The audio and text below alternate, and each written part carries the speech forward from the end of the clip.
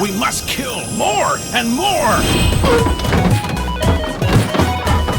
We are not killing enough! You're listening to the podcast Killing Robots. Did we introduce ourselves on the last episode? No. Huge fail. Yeah. My name's Kyle. My name's Chaz. You can find me nowhere on the internet because I have zero social media. Where can they find you? What's your Twitter?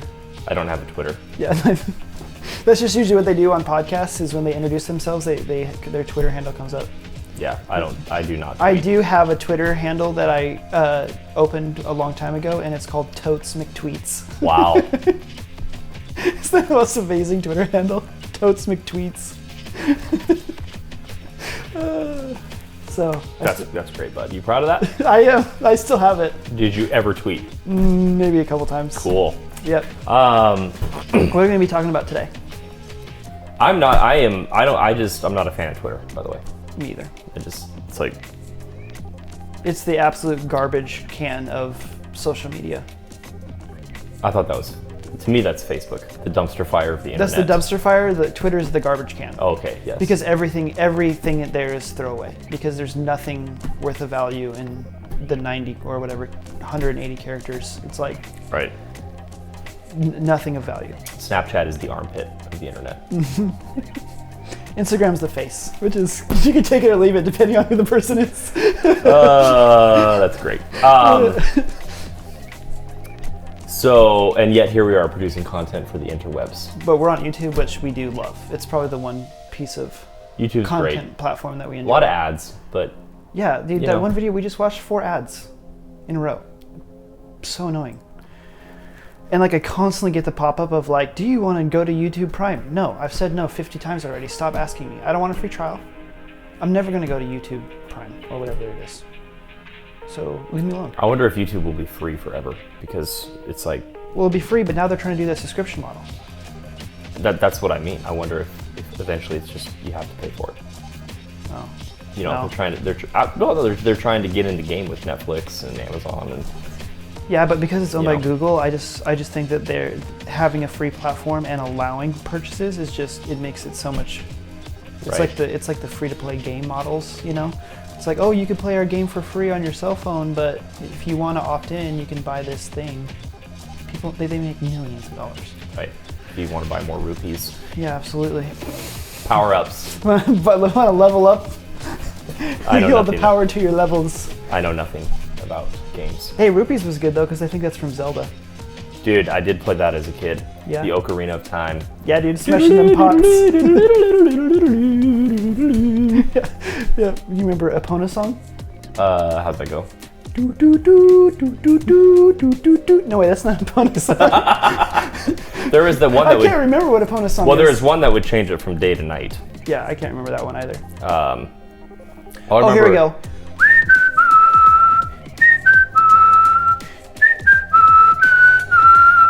That was Epona song. Nailed it. You whistle that and your horses come running? What was crazy about that game is once you got to this certain point, it, time just jumped forward by 10 years. Mm-hmm. And you went back to the town and everything was in ruins. And anyway. That's why they call it the Ocarina of Time. Real trip. Yep, great game. One of the greatest games ever made. Still to this day, it's one of the highest rated games of all time. Right. For a 10-year-old playing that on the Nintendo 64, that time jump, pretty emotional. I remember the first time I played... you're like, what happened? I remember the first time I was playing Ocarina of Time on 64, I was super young, and I got lost running around for 45 hours looking for what I know now is the village of those water people. Can't remember their name. But all I had to do was go left. I got lost for so long. Did you beat the game? Oh yeah. I never beat the game. Yep.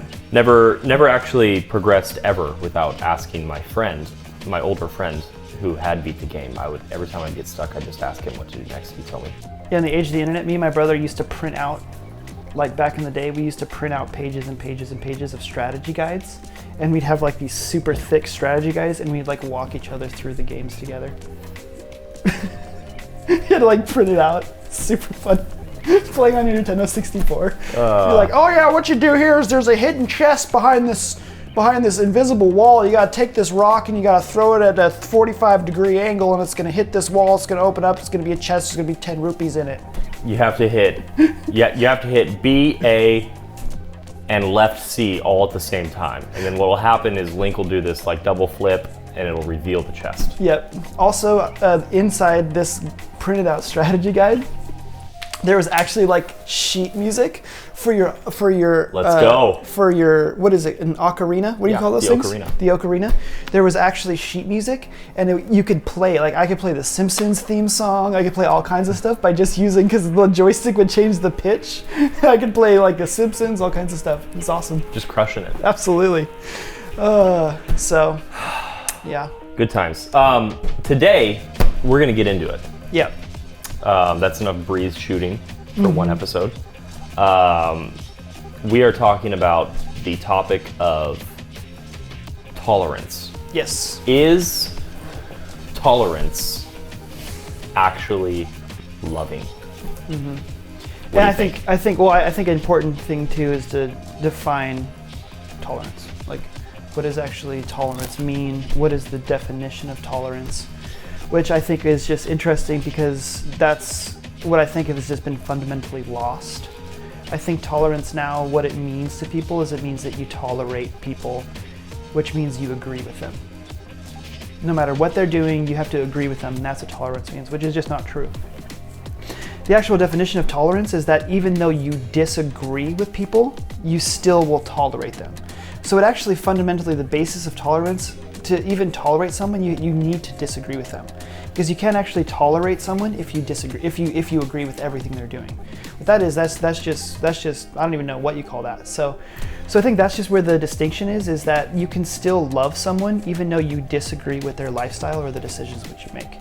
So I think that is just an interesting clarification, is because you can't even necessarily tolerate someone unless there's a matter of disagreement with that person. Right. Which is interesting, because now it's just like, oh, tolerance means you have to absolutely affirm and agree with every choice and decision that they've made from here, and to disagree with them is to be intolerant, which is just a lie. So the question is tolerance loving? I mean, what is tolerance? I mean, I've always thought of tolerance as like a really weak word in general. And what do you mean by that? I mean, it's like I don't tolerate my kids. I love my kids, right? It's like, oh yeah, I'll tolerate you. It sounds like you're putting up with someone, you know. You're even though it causes you great discomfort and is super. It's almost like you're saying, you know, I tolerate you. You're super annoying. I dislike you. I would rather you not exist, but I will, in the nature of goodwill and harmony, tolerate your existence. You know, to me, it just sounds like, it's just like, first of all, it's not a biblical word, tolerance. It's not in the Bible. We are never commanded to tolerate, you know, thou shalt tolerate each other. It's like, no, you shall love, you know, love the Lord your God with all your heart, soul, mind, and strength, and love your neighbor as yourself. And then Jesus even tells us to love our enemies. So to me, it's like the question is tolerance loving? It's like, no, love is loving. Tolerance isn't loving. Love is loving, right? And so then the question is, how do you define love? Just like tolerance, I think what you said is really good. It's the way that our culture uses the word tolerance is actually the exact opposite. What you said is I think right on. It's actually the exact opposite of the nature of the word. If you're tolerating someone, it means you have a disagreement, right? I thought that was a really good point. So then I think the other question is, you know, how does our culture define the word love? And I think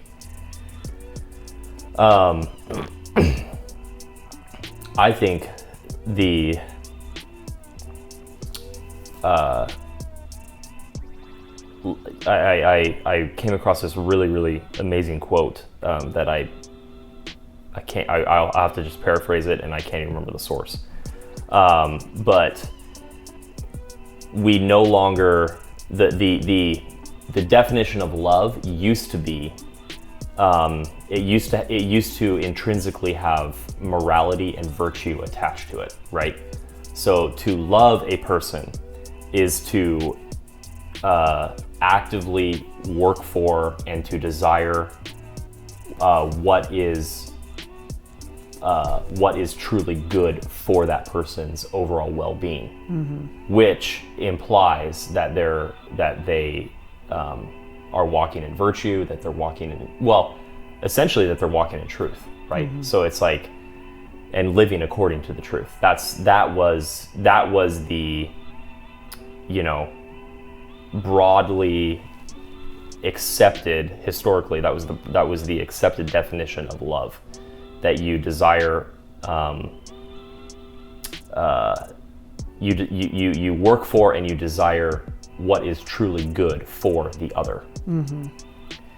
What has happened is that's been redefined, and now love is no longer, helping your friend or your enemy for that matter walk in the truth, walk in virtue, walk in goodness, but it is now allowing, right? So it's become, instead of an active word, it's become a very passive word. Love is now allowing everybody to do whatever they want at any given time. So it's no longer, love is no longer grounded in truth. It's now grounded in feeling and just in human desire, right? Which, it's like your desires could be noble, could be good, or they could be bad. And it's like we're all mixed bags, right? I mean, not all of my desires are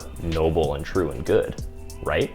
And so what is most loving for the people in my life, what is most loving for them to do? It's to help me cultivate desires that are good, that are noble, and to refrain from acting on the ones that are bad, right? So anyway, I feel like I'm rambling, but does any of that make sense?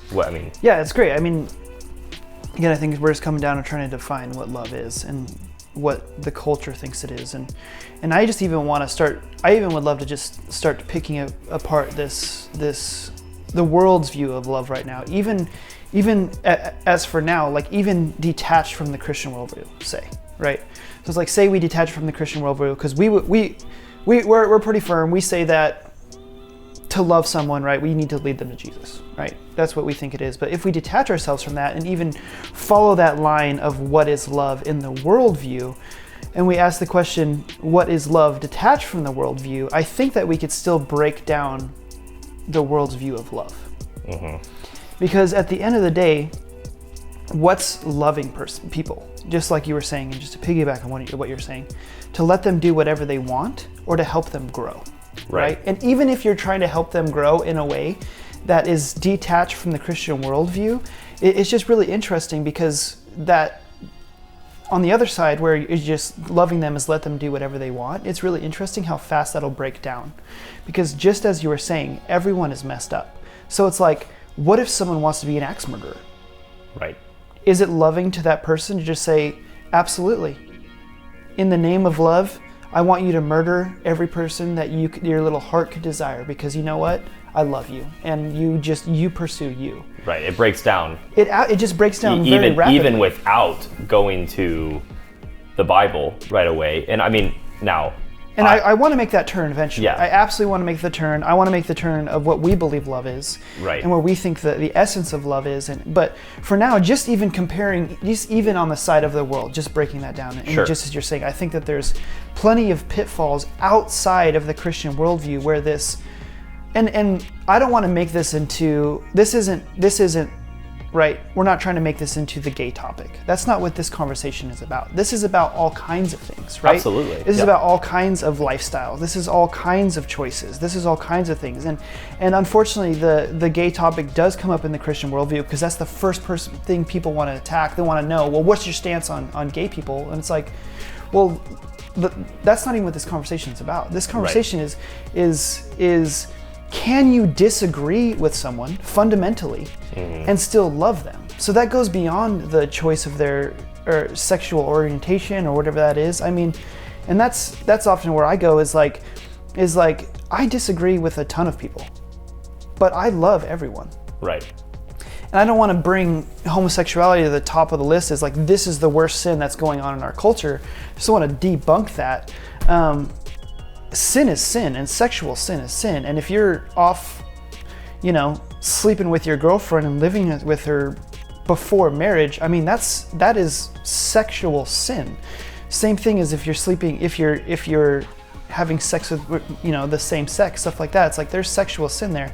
And at the end of the day, it's like, that's not the question we're asking. The question that we want to continue to ask is, can you fundamentally disagree with someone and still love them? And I think the answer is, even outside the Christian worldview, yes, right? I mean, I would say, can you disagree? Fundamentally disagree with someone and still love them. I would say the very nature of love, and I'm going to like what I would consider to be a more biblical definition of love, but what historically has been like a very widely accepted definition of love, I would say the very nature of love requires yet that the answer to that question is yes, absolutely. Fundamental disagreements, can you still love them? Like, love requires that you still love them, because, and I remembered what the quote was. The quote that I came across was, our culture has shifted from a definition of love that says you help others do what is right. That's the biblical definition. That's what it used to be, widely accepted, Christian or non-Christian, right? It has shifted from love is helping people do what is right to love is letting people do whatever they want. Yep. And That's really good. And I think that is, I mean, it's like now you're into just Romans chapter 1 in terms of, and again, this isn't about any one sin, right? This isn't about, this isn't about homosexuality, or, I mean, this is just about human nature, right? I mean, even a big thing right now is political parties, right? Sure. It's like some Christians believe if you are on the liberal side of you are going to hell, right? And there's just things that are interesting right now of the line that you draw in the sand of like fundamentally disagreeing with them is like it is the cardinal sin, and it's just so interesting. But yeah, continue. Or the opposite too. I mean, I see it from both sides. You know what I mean? Absolutely. And just some stuff I've read on social media and stuff like that. It's just like, wow. I mean, it's like because of who a person voted for, you're making these massive judgment claims about their eternal destination, essentially. You might not be saying it that blatantly, but you are absolutely questioning everything about that person's soul. And it's like, really? I mean, when did it become, when did who you vote for become the litmus test of like whether you're saved? You know what I mean? It's like, I thought we believed in justification by faith in Jesus Christ, and it's like obvious. I absolutely think that faith should inform your politics, and should, I mean, it inform. I mean, I'm trying to let it inform mine, as best as I can. But it's not the end all, It's not the end all. It's like, what's more important, like, to me, it's like, what's more important is, it's like, what does my wife say about me? What do my kids say about me? What do my closest friends say about me? What do they say about who I am? Not the name that I write down on a piece of paper once every 4 years, Yep. That's a rabbit trail. Yep. Back to I think it's a rabbit trail that does still. It matters, yeah. It matters, and it does still influence this point of like there is a culture, right, where it's just that is an important part of this culture right now. Is like it is so interesting. Like we're not here to make a stand where we are politically, but even though on the other side of the fence, wherever that is, for me, I fundamentally disagree with a lot of stuff that like decisions that they're making, but I would never make a claim like that because I would never make a claim of their eternal destination. Right. Because my love for them extends beyond that. Right. My love for them extends beyond that. There might even be a severe disagreement where you're like, where it's like, okay, tell me how you can, I mean, I'm not going to name them here, but I can think of some issues, right? Where it's like, tell me how you can claim the name of Jesus and can claim to believe the Bible and support, X, Y, and Z, policy, or whatever the case might be. And so there may even be just like severe disagreements, but that does not mean that I don't love that person, right? Yep. And in fact, it might even require that we have a conversation, right? Especially if I know them, if we're friends, right? If we're close friends, or I have the relational capital to speak into their life, or they into my life, right? It could go both ways, but it's like it might even require that we talk about the disagreement, right? Because it's like, I love you too much to just have this fester in the closet, and even it's like I want to get this off of like social and political issues for a second, because what I would say is almost more important is personal, like our personal lives, it's I love my wife too much to not address things with her in a gracious and loving way when I see a fault. And she loves me too much to not address things with me in a gracious and loving way when she sees my faults and my sins, right? And some of our we've been married for a little over 6 years, and some of the sweetest moments in our short marriage has been those times when we are like really dealing with it, really, I mean, we're going at it and we're dealing with the stuff, now, and it only works if there's humility, right? If there's not humility, then you're not going to receive anything, and if you don't have humility, then when you bring something up about the other, I mean, it just doesn't work without humility. So there's got to be humility.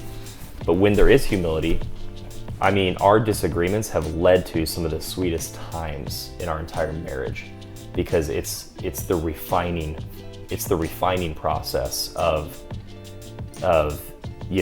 my marriage to Amy is making me a better Christian. And by God's grace, Lord willing, her marriage to me is making her a better Christian, hopefully. If it's not, then I'm not doing my job, right? And I think you could apply the same principle to friendship and church community in general. It's like, you got to be able to have those conversations. I mean, how shallow is it, right? It's like, if I was being just a complete idiot and rebelling and just not obeying Jesus, right? It's like, you're going to say something to me if you see it, right? And if you don't love me, right? And I think that just to make the switch now, right? Let's make the switch. We have a worldview. We're not hiding it. We love Jesus. We believe that Jesus is the way, the truth, and the life. Right. That's we love talking about Jesus, and let's just make the switch, because I think that too is where going down the world's view of love, detached from the Christian worldview, will eventually break down, even if you're erring on the side of, well, I love them, so I want what's good for them. And the reason why I think that it breaks down is because unfortunately, when you don't have something like the Word of God, Sure. morality is completely based on your own experiences and what you think is right. Totally subjective. It's completely subjective, Yeah. right? So where we believe that we can make those kind of claims of like, hey, I think that you're doing wrong and not right, is that we try to base those assumptions on the Word of God and what we see Jesus reveal in His Word as walking in the truth and walking in the light. Right. We're detached from the Christian worldview, unfortunately approaching someone and say, I think that this is the wrong way to live your life.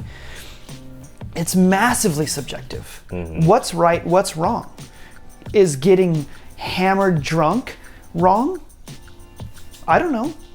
It's like, I remember when I'm back in the day when I was partying, it's like there's a point where maybe you need to come to your friend and you're like, hey, you're getting massively rage angry every time you drink and you're drinking every night, and it's like you need to slow your roll, right? It's like, Right. But the interesting thing is like, where is the line there? Yeah, sure. Is the line when you start getting angry? Is the line when you start doing cocaine? Is the line when you start doing cocaine every day of the week? It's like, where's the line? It's Right. so gray, it's so shady. How do you keep someone accountable to a morality line that doesn't exist? Right. So, and I think that's just what's so interesting about this concept of love, and why it's gone the direction it's gone is because if there is a gray line that's impossible to draw in the line, you either go to everything is wrong or everything is right. And the world will never go to everything is wrong, because we just can't fundamentally exist that way. So it's like, we can't, and I think I love the quote that I think I've heard you say, it's like, either everything is sacred or nothing is. I think the world is now just gone to the point where nothing is sacred. Doesn't matter, there's no line in the sand, you do whatever you want, because you either have to go all the way up or all the way down. And where I think the difference in the Christian worldview comes through is that we believe that there is someone, mainly Jesus Christ, who came as an example. And there's also obviously the Old Testament, and but let's just stick to the man Jesus Christ, as we know as an historical figure. He came, he can't be disproven, he lived a perfect life, he died on the cross. He came as an example for us of what morality actually is. Right. And that's the line that we use. His word, his life, his action, that's the line that we draw in the sand, and that's the line in which we compare to love. So if someone is pursuing Jesus and does want to live, the most loving thing that we can do in the Christian worldview and for our brothers and sisters is to love them by helping them live up to this standard. Right. I just think on the other side of that, which is a part of love, is just grace. Absolutely. And the grace of knowing that you're not going to be Jesus. You're going to try and you're going to fall. You're going to try, you're going to fall. You're going to try, you're going to fall. You're going to try and you fall. It doesn't matter. There's grace. Every time you fall, there's grace, which means there's a new day. But that doesn't, but still, to love you, I'm going to help you meet the goals that you want to reach. Yeah, I mean, I love this conversation, because in my mind it's like there's like, I have like a dozen different paths that I think we could go, that we're probably gonna have to do more episodes, honestly, just on this whole conversation. But it's like, to your point, I recently just reread the book of Romans, and it's like, it's so clear when, that's such a good book to read in like one or two sittings, because there's this, I remember I wrote down in my Bible, it's like, this might be the most amazing, compelling, beautiful piece of prose literature ever composed in the history of humanity. I mean the logical flow of Paul's theological and philosophical arguments about the nature of humanity and the nature of God are incredible. They're absolutely incredible. And he gets to this point where he's like, well, he basically is asking the question, and he asks it multiple times. Well, because it's this whole, the mystery of the gospel, the amazing, beautiful truth of the gospel, right, is that righteousness is not by works of the law, it's by faith, right?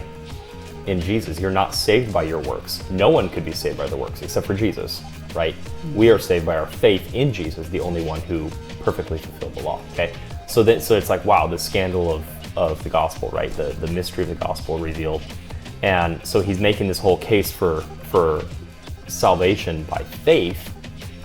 And then it brings up this question, well, you know, if it's grace, right? Because that's what it is. If it's all the grace of God, does this mean that we can continue to sin so that grace may abound? And he's like, by no means, right? I mean, it's, you know, when you read it in the English, by no means, and it's the strongest possible negation that he could possibly use in the Greek language, right? By no means. And the point that he's making is, when you discover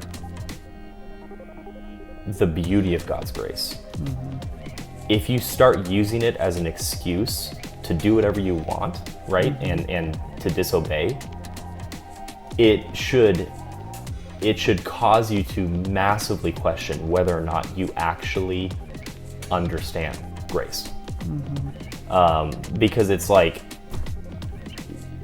how could you not want to obey this God who saved you, right? Who at just the right time, right, while we were still sinners, Christ died for us. How could you not want to follow him? Doesn't mean you're going to do it. Of course you're going to, of course you're going to still sin. That's why there's Romans chapter 7, right? Oh, wretched man that I am, that which I do not want to do, I keep on doing, right? And it's like, who can save me from this body of death? Praise be to God, you know, Jesus is here, you know. So it's like, but there is this, there should be this ongoing and growing desire in the heart of every man and woman who claims to follow Jesus. There should be this growing desire to want to obey, to want to do what's right. Not out of a sense that you have to earn anything, but totally out of love, right? It's freedom. You know what I mean? It's freedom. It's like with my kids right now, young kids. I don't want them, you know, what I desire for them one day, ultimately, is that they would learn to obey, not out of fear of punishment, but simply because they love mom and dad.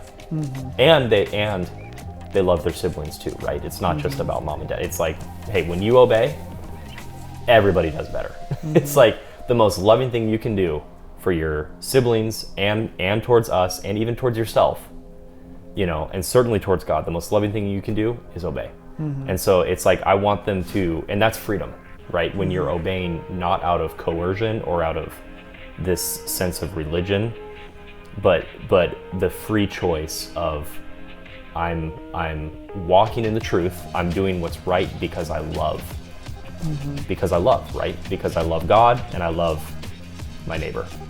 And that's why those are the two most important commandments, Jesus says, right? Like it all comes back to that, you know? It all comes back to that. Love God, love people. And when you're, you know, and this is why it's like one of my favorite quotes, Augustine said,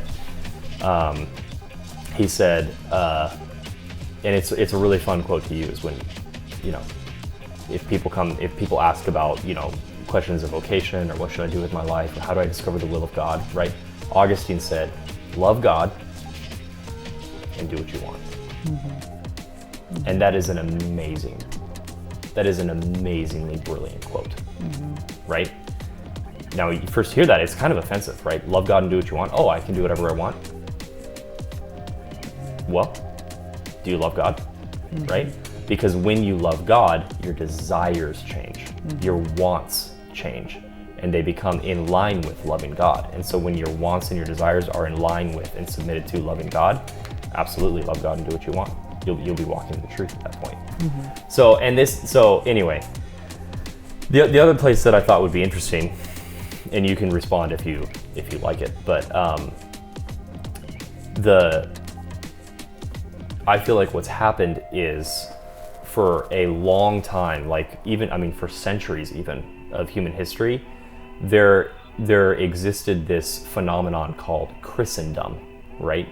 Which is different than Christianity. It was it's called Christendom. And what Christendom was essentially the moral influence of Christianity on society as a whole. Okay.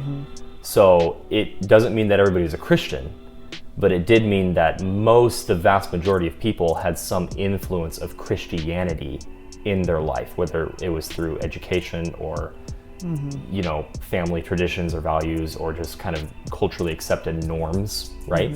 You had this kind of phenomenon of Christendom, which was sort of this, yeah, I mean, you could call it almost kind of the veneer of Christianity over all of society. And I'm not saying that it's a good or a bad thing. It's just the way it was. And what it did do was it did provide some common ground for understanding what is good, what is, how do you define morality, right? Just like you're talking about that gray line.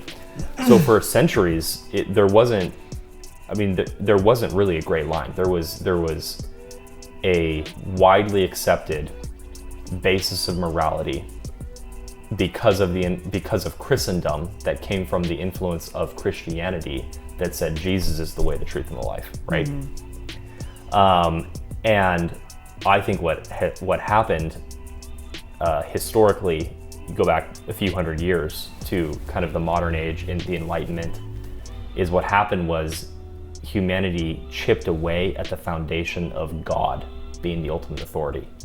Chipped away at it, right? So it's like you're chipping away at the foundation, and before you know it, Christendom is gone. I mean, it's just gone, right?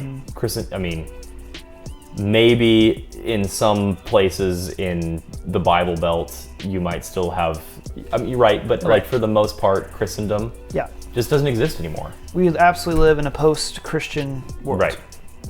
As far as influence on culture as a whole, unlike original settlement. Totally. So I mean, do you want to go down that road for a little bit? It's like, how did we get here? You know what I mean? Yeah, maybe, I mean, I also want to just piggyback on what you were talking about earlier, and maybe there's going to be a little bit of the same answer, but I just wanted to go back to this concept of obedience. Yeah. Because I think what's important to understand there is that I think the common misconception, and I think it's born from a heart of religion and maybe religious households and people looking in and seeing rule followers, but I think the common misconception is that obedience is a buzzkill, right? It's like, you have to obey God, you know, so you're not gonna have any sorry, fun. Yeah. You know, like, you need to obey God, and you know, you just got to hang in there until you die and you get to heaven. Where I think that's just such a common misconception, and the reason why we want, and to go back to the analogy with your kids, is like the reason why you want your girls to obey out of love is because you are loving them and you know what's best for them. Right? And I think it's like the analogy that I love, right, is that if you have a dear friend that is running at full speed and in a field, you know, of wheat, and right at the edge of this field there is a cliff that they cannot see, and they are just running full speed, is it love to just kind of go, well, they love running, I know that cliff is coming, so I hope they see it and stop? Is that love? Or is love to say, get in their way and say, stop, there's a cliff ahead? Yeah, tackle them if you need to be. Tackle them, do whatever you can. It's like, you are running towards a cliff. Stop. Same with our kids, right? It's like, and I think that's just the important distinction when it comes to obedience, is that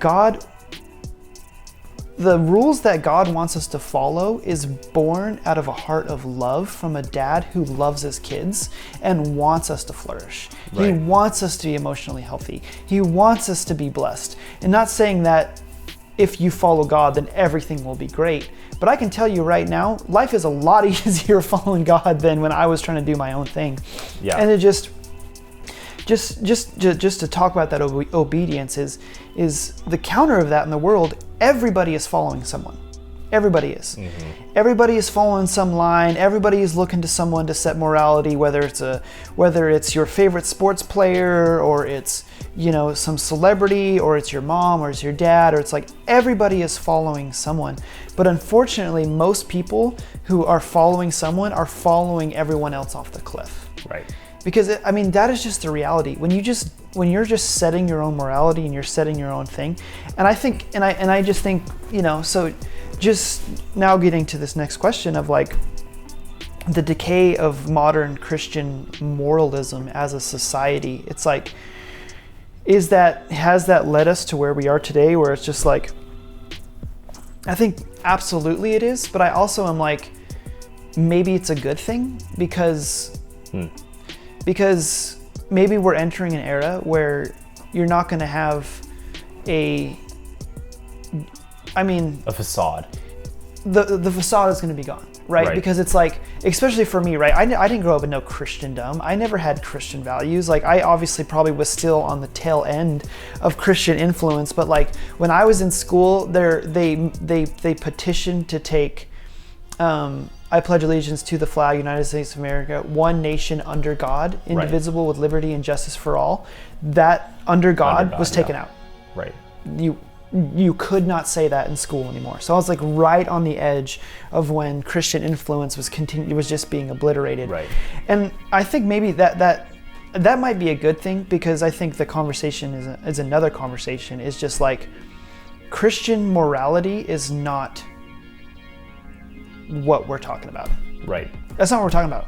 We're not talking about robots being like, oh, we follow the rules and we check the list and we get into heaven. It's like, no, that's not what we're talking about. That's not like, we're not like, oh, we want you to do A, B, and C. That's how we get you to love you, is what we get you to do what God wants you to do. It's like, just so you do it. It's like, no, in our worldview of love, it's like, no, our desire for you is to meet the King of the universe. Right. The most loving being, the kindest, who wants more good for you than you could ever imagine. That sees around every corner, that wants you to be the most authentic you that you can be, just an unconditional love. We want to do the best we can to introduce you to that love, not so you can follow rules and you can become this moralistic Christian that's just like a part of this Christendom and just following the rules. It's like, no, we want, just like you were saying, love God and love your neighbor. It's like, we want to introduce you to the King of love and the God of life, who wants the best for us, who's not a buzzkill. He is not a dream slayer. He's the dream giver. In him, you've never been more free. You've never been more alive. You've never been more free to love others. And I just think there's such a helpful clarification there as far as the difference between Christian moralism and a relationship with Jesus Christ and of the King of Kings and God the Father, you know? And I think that's just like where it comes down to, is like,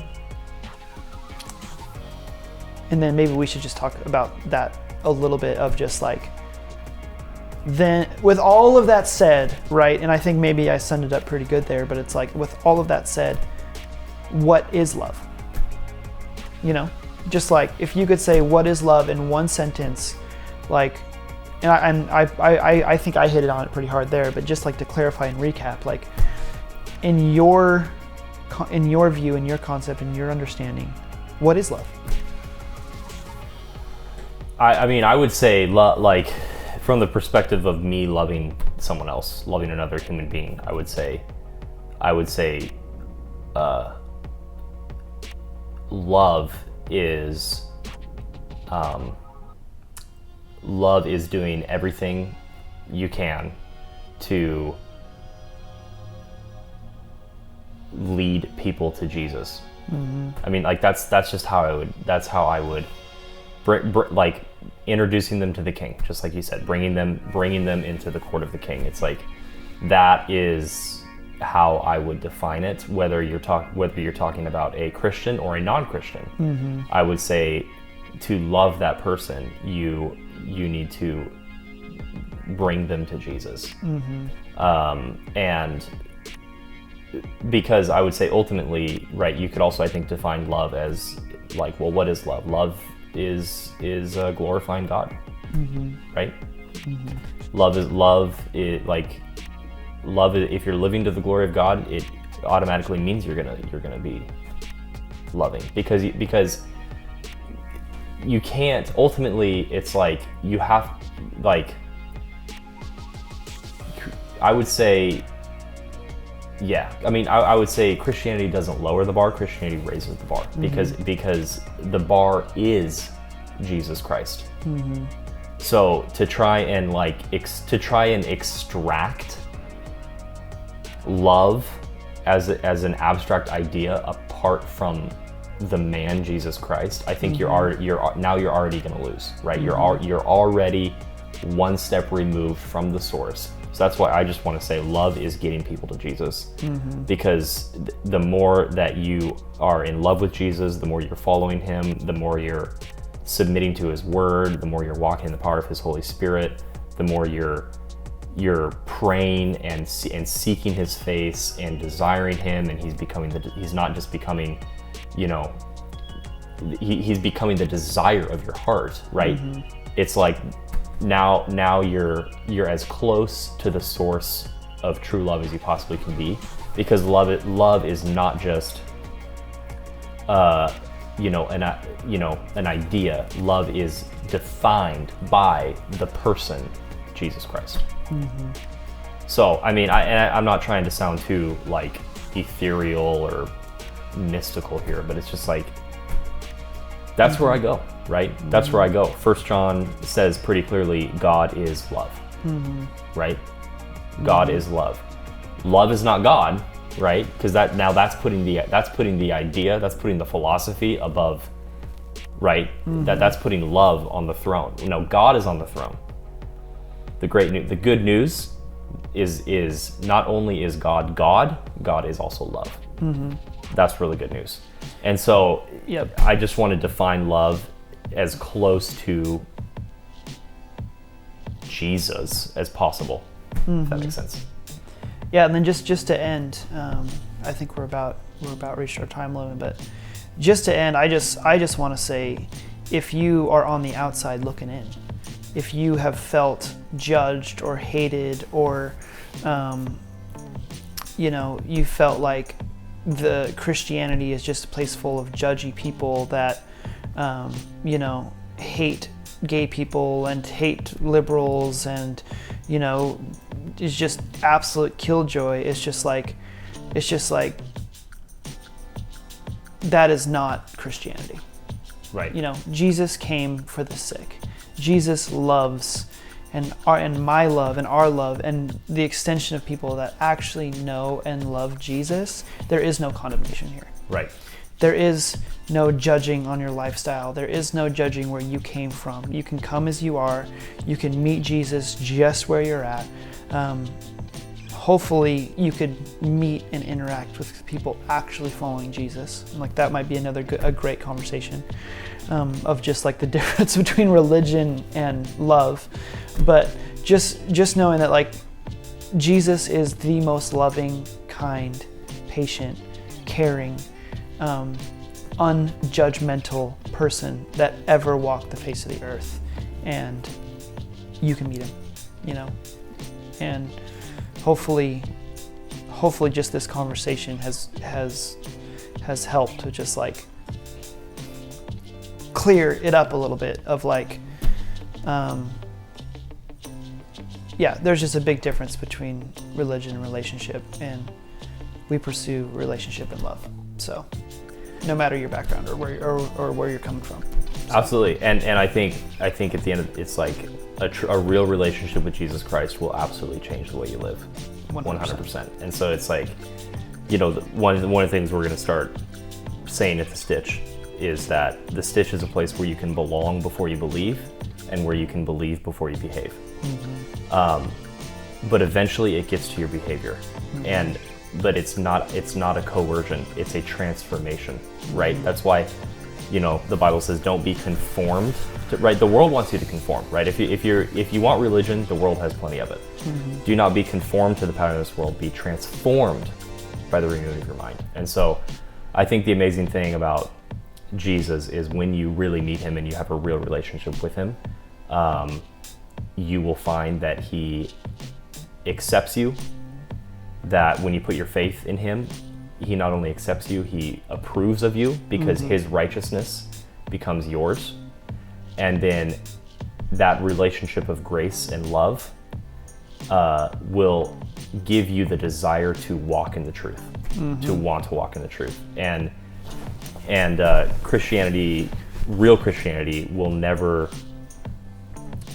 ask an outsider to do anything more or anything less than what the insiders have to live by, right? And that is ultimately submission to Jesus Christ. And here's the good news. Submission to Jesus is the best thing for every human being.